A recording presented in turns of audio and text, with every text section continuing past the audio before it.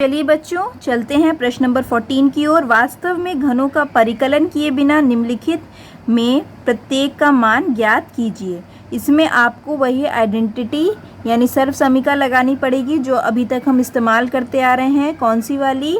इसमें है x cube plus Y cube plus Z cube minus 3xyz equal to हो जाएगा आपका x plus Y plus Z और ब्रैकेट में x square plus Y square plus Z square minus x Y minus Y Z minus Z x.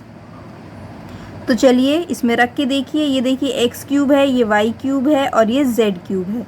ये अभी नहीं पता है तो इसी में हम रख के देखते हैं।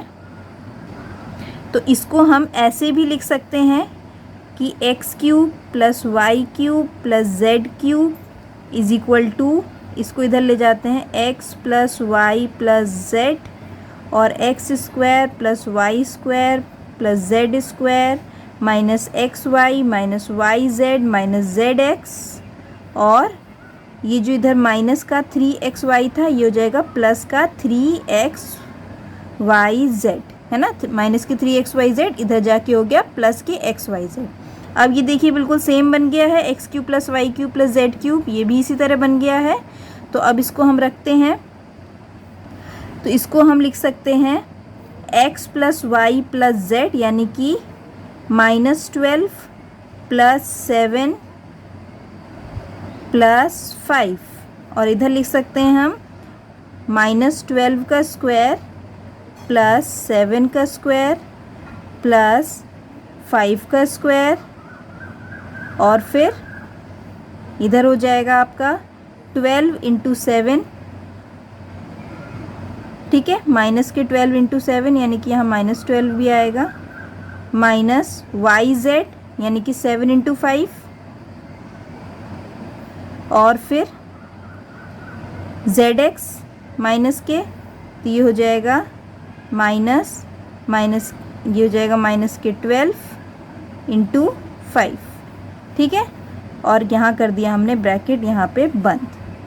और आगे क्या है, प्लस के 3xyz है तो प्लस के 3 इंटू एक्स यानी कि माइनस के 12 इंटू वाई यानी कि 7 इंटू जेड यानी कि 5।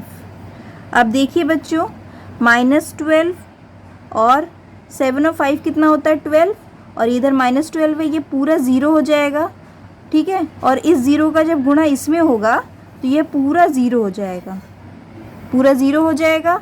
तो बचेगा क्या, ये बचेगा 0 प्लस 3 इंटू -12 इंटू 7 इंटू 5। तो यही इसका आंसर हो जाएगा।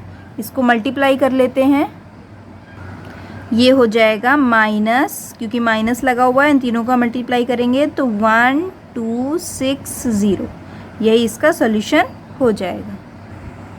देखिए बच्चों इसका सेकंड पार्ट, इसमें भी यही वाला सर्व समीकरण लगेगी, x cube plus Y cube plus Z cube minus 3xyz और इस तरह ये। तो आगे हमने क्या किया है, माइनस के 3xyz था, इसको दूसरी तरफ ले गए तो ये प्लस का 3xyz बन गया। अब ये देखिए इसकी बराबर आ गया है 28 का क्यूब, ये y का क्यूब, ये z का क्यूब, है ना। अब इसको इसी की तरह हम खोल देते हैं। तो चलिए स्टार्ट करते हैं, x plus Y plus z यानी कि 28 माइनस 15 माइनस 13, ठीक है। और दूसरी तरफ 28 का स्क्वायर, बड़ा वाला ब्रैकेट बना देते हैं, 28 का स्क्वायर प्लस -15 का स्क्वायर प्लस -13 का square minus 28 into -15 minus Y z यानी -15 इंटू -13 और माइनस जेड एक्स यानी 28 इंटू -13, 28 इंटू माइनस के 13 और आगे क्या है प्लस 3xyz। तो 3xyz क्या है, 3 इंटू एक्स यानी कि 28 इंटू वाई यानी कि माइनस की 15 इंटू जेड यानी कि -13। चलिए बच्चों आगे करते हैं। देखिए 15 और 13 कितना होगा, 15 और 13 हो जाएगा 28, और ये प्लस का 28, ये माइनस का 28, ये कट जाएंगे, बिल्कुल ज़ीरो हो जाएगा। और ज़ीरो का गुणा जब इस पूरे में होगा तो यह भी ज़ीरो हो जाएगा। बचेगा क्या, प्लस का 3 इंटू 28 इंटू माइनस की 15 इंटू माइनस के 13। फिर इन सब का गुणा करेंगे तो आएगा माइनस माइनस प्लस हो जाएगा। इस बार प्लस वाली संख्या आएगी, ये आएगा 16380। ये इसका आंसर हो जाएगा। देखिए बच्चों आते हैं प्रश्न नंबर 15 में। नीचे दिए गए आयतों जिनमें उनके क्षेत्रफल दिए गए हैं में से प्रत्येक की लंबाई और चौड़ाई के लिए संभव व्यंजक ज्ञात कीजिए। यह क्षेत्रफल दे रखा है, इसमें आपको बताना है कि क्या हम लंबाई लेंगे और क्या चौड़ाई लेंगे। तो इसमें कुछ नहीं करना है, इसमें सिंपली आप इसके गुणनखंड कर दीजिए। ये जो आपका द्विघातीय बहुपद दे रखा है, और गुणनखंड कैसे करेंगे, जैसे हमने बताया था मध्यपद गुणनखंड विधि के द्वारा, बहुत ही आसान है। तो कैसे बताया था हमने कि 25a² माइनस, ये ब्रैकेट बना दो यहाँ पे क्योंकि 35 का आपको गुणनखंड करना है। और यहाँ पे जैसे हम x लेते हैं चर में, यहाँ पे a ले रखा है चर में, तो a ले लिया प्लस 12। ठीक है, अब हमें ऐसा नंबर चाहिए जो गुणा करके कितना है, 25 गुणे 12। 25 गुणे 12 कितना होता है, 25 गुणे 12 होता है आपका 300। ठीक है, गुणा करके आया आपका 300, और जोड़ने पर कि घटाने पर, जोड़ने पर, क्योंकि अचर संख्या के आगे क्या है, पॉजिटिव है ना, तो यहाँ जोड़ने पर। तो इसको जोड़ने पर आना चाहिए कितना, 35, और गुणा करने पर आना चाहिए 300। तो हम ले सकते हैं आपका 20 और 15। 20 और 15 को जब आप गुणा करेंगे तो 300 आएगा, और जोड़ेंगे तो 35 आ जाएगा। ठीक है, तो इसको हम लिख सकते हैं नीचे। चलिए ब्रैकेट पहले से ही बनाया तो एक ही इसमें गुणा करा देते हैं, 20a प्लस 15a, ठीक है, प्लस 12। ये हो जाएगा 25a² माइनस के 20a माइनस के 15a प्लस 12। अब देखिए इन दोनों में कुछ कॉमन आ रहा है, इन दोनों में हम कॉमन ले सकते हैं 5a। 5a हम कॉमन ले लेंगे तो अंदर बचेगा 5 5 = 25, 5a और 5 4 = 20 होता है, तो 4, क्योंकि a तो हम कॉमन ले ही चुके हैं, माइनस, और क्या ले सकते हैं इन दोनों में से कॉमन, 3 कॉमन ले सकते हैं, तो 3 कॉमन लिया, 3 5 = 15 होता है, प्लस 3 4 = 12। अब देखिए बच्चों 5a - 4 और 5a + 4 अलग अलग आ रहा है, यानी कि कुछ हमने मिस्टेक करी है, और यही मिस्टेक बहुत सारे बच्चे भी करते हैं, इसीलिए हमने जानबूझ के करके दिखाई।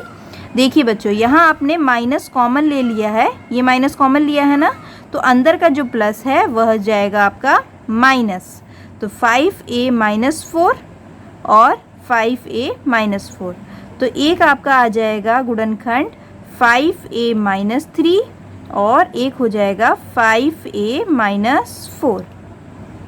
तो एक हो जाएगी आपकी लंबाई और एक हो जाएगी आपकी चौड़ाई।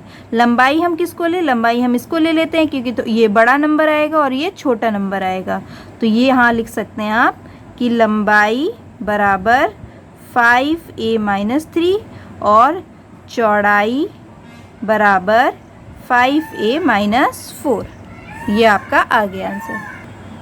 देखिए बच्चों इसी तरह ये वाला भी प्रश्न होगा, इसमें भी आपको मध्यपद गुणनखंड विधि के द्वारा ही करना होगा। तो 35y² प्लस ये 13y है, यही आपका मध्यपद यानी मिडिल टर्म है, इसी को आपको 2 हिस्सों में तोड़ना है, -12।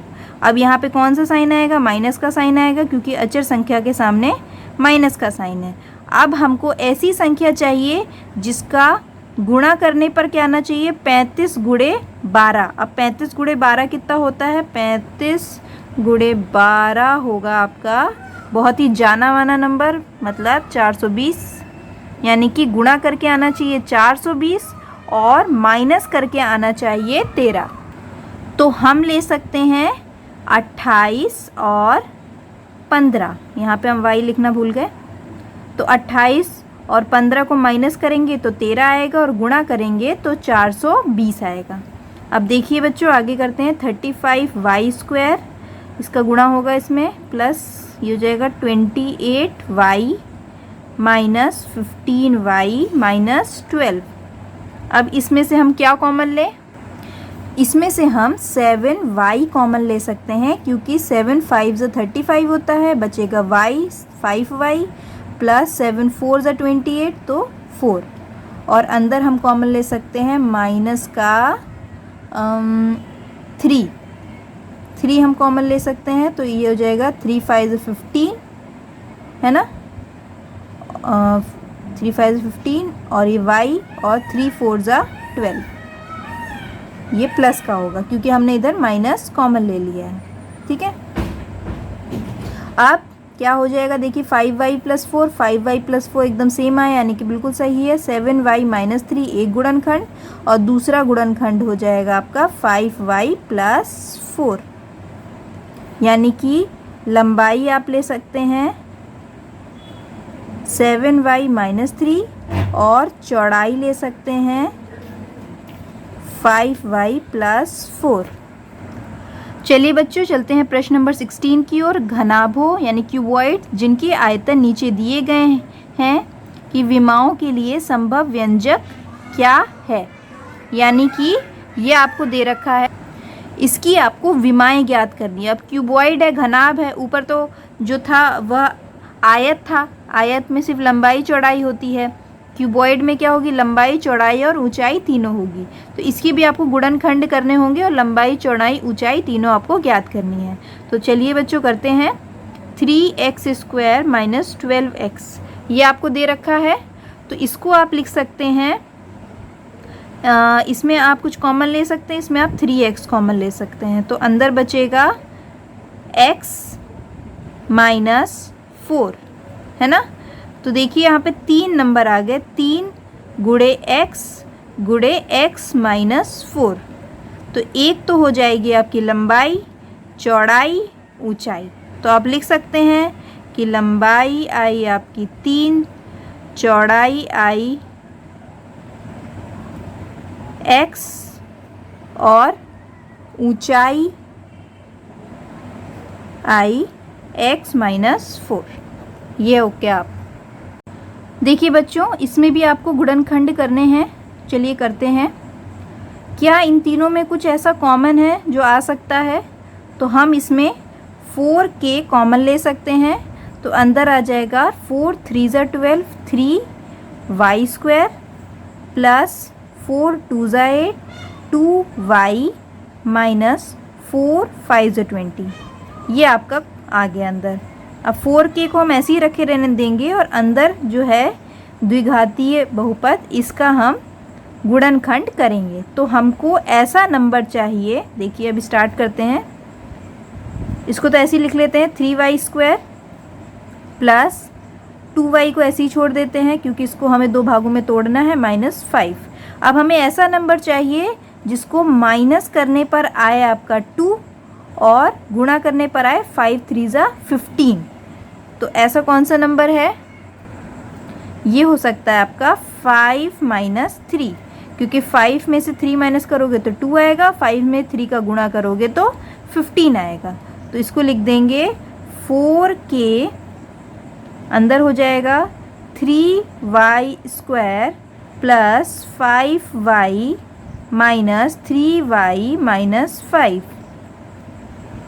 फिर 4k को ऐसे ही रखे रहने देंगे, अंदर इन दोनों में से कुछ कॉमन आ सकता है, तो हम अंदर कॉमन ले लेंगे y, तो अंदर बचेगा 3y प्लस 5 और यहाँ हम कॉमन ले लेंगे माइनस के, कुछ कॉमन आ सकता है नहीं, तो 1 ही कॉमन ले लिया, तो यह आ गया 3y प्लस 5। अब देखिए 4k ये हो जाएगा y माइनस 1 और ये हो जाएगा 3y प्लस 5। तो एक तो हो गई आपकी लंबाई जो कि आप लिख सकते हो 4k, एक हो गई आपकी चौड़ाई यानी कि ब्रेथ, ये हो जा y-1, और एक हो गई आपकी ऊंचाई यानी कि हाइट, तो हो गई 3y + 5। इस तरह आपका पूरी 2.5 एक्सरसाइज समाप्त हो गई।